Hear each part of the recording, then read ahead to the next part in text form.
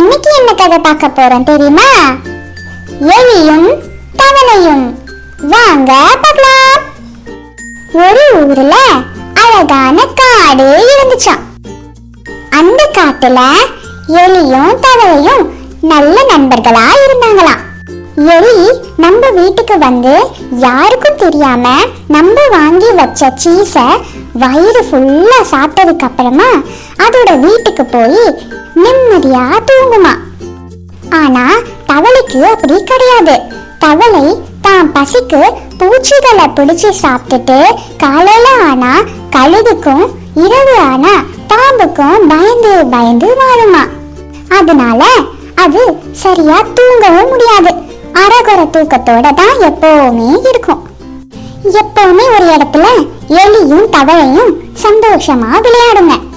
கொஞ்ச நாளாவே தவளைக்கு எலிய பார்த்து பொறாம வந்துச்சு. நம்ம தனக்கும் பயந்துட்டே வாழ்றோம், ஆனா எலி நல்லா சாப்பிட்டு சந்தோஷமா இருக்கே அப்படின்னு நினைச்சுதான். மறுநாள் எப்பவுமே விளையாடுற இடத்துக்கு வந்துச்சுங்களாம் ரெண்டும். அப்போ தவளை சொல்லுச்சு, வா எலியே, ஆத்துக்கு மறுபக்கம் போய் விளையாண்டுட்டு வருவோம் அப்படின்னு சொல்லுச்சு. தவளை எலிய கொல்ல பிளான் போட்டுச்சு. அது தெரியாம எலி, ஐயோ எனக்கு நீச்சல் தெரியாதுன்னு எலி தவளைட்ட சொல்லுச்சு. அதுக்கு தவளை சொல்லுச்சு, வா நீ என் மேல ஏறி உட்கார்ந்துக்கோ, நான் உன்னை கூப்பிட்டு போறேன்னு சொல்லுச்சு. சொல்லிட்டு தவளையோட கால்லையும் எலியோட கால்லையும் கயிறு கட்டிடுச்சு.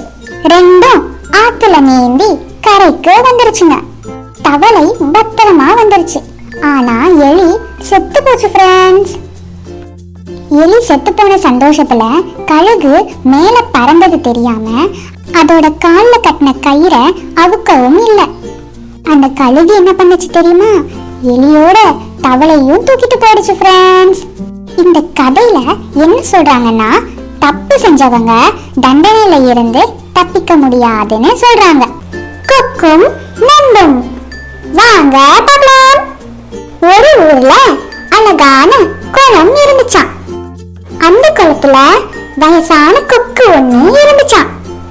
அதுக்கு வயசானதுனால மீன்களை பிடிச்சு சாப்பிட முடியல. அதனால என்ன பண்ணுச்சு தெரியுமா? ஒரு பிளான் போட்டுச்சு. அந்த குளத்துல வருத்தமா நின்னுட்டு இருந்துச்சு. அத பார்த்து நண்டு மேல வந்து, ஏன் கொக்கே இவ்வளவு சோகமா இருக்க அப்படின்னு கேட்டுச்சு. அதுக்கு கொக்கு சொல்லுச்சு, என்னன்னு சொல்றது நண்டு, இந்த மீன்களையும் உன்ன மாதிரி நண்டுகளையும் நினைச்சுதான் கவலைப்படுறேன் அப்படின்னு சொல்லுச்சு.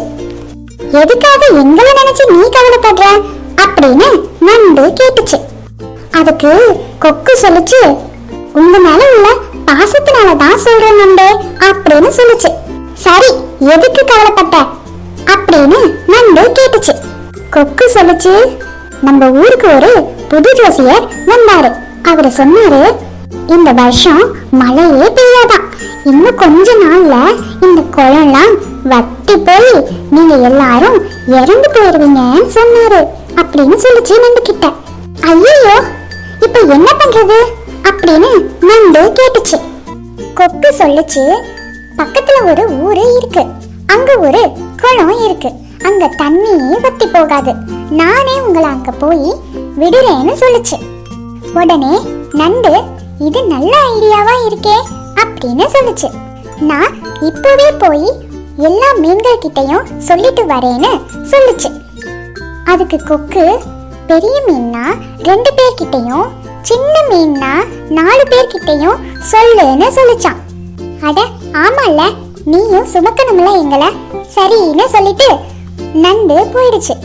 மறுநாள் கொக்கு வாயில மீன்களை கவ்விட்டு போய் பாதியிலேயே கீழே இறங்கி மீன்களை பாறை மேல போட்டு கொத்தி கொத்தி சாப்பிட்டுக்கிட்டு இருந்துச்சு. அப்போ ஒரு நாள், நம்ம ஏன் நண்டை சாப்பிடக்கூடாது அப்படின்னு நினைச்சது. நண்டையும் அதோட கழுத்துல உட்கார சொல்லி கூப்பிட்டு போச்சு கொக்கு.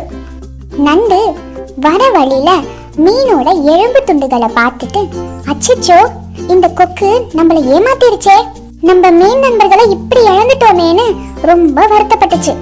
இந்த கொக்க உடனே ஏதாவது செய்யணும் அப்படின்னு அதோட 2 கொடுக்க வச்சு கொக்கோட கழுத்தை நெரிச்சிருச்சு. நண்டு கொக்கோட கழுத்தை நெரிச்சதுல கொக்கு இறந்து போய் கீழே விழுந்துருச்சு. இந்த கதையில என்ன சொல்றாங்கன்னா, பேராசை பெருநஷ்டம், அதாவது அளவோடு ஆசைப்பட்டால் வளமோடு வாழலாம்னு சொல்றாங்க. இன்னைக்கு கதை அவ்வளோதான் ஃப்ரெண்ட்ஸ். நாளைக்கு பார்க்கலாம். பாய்.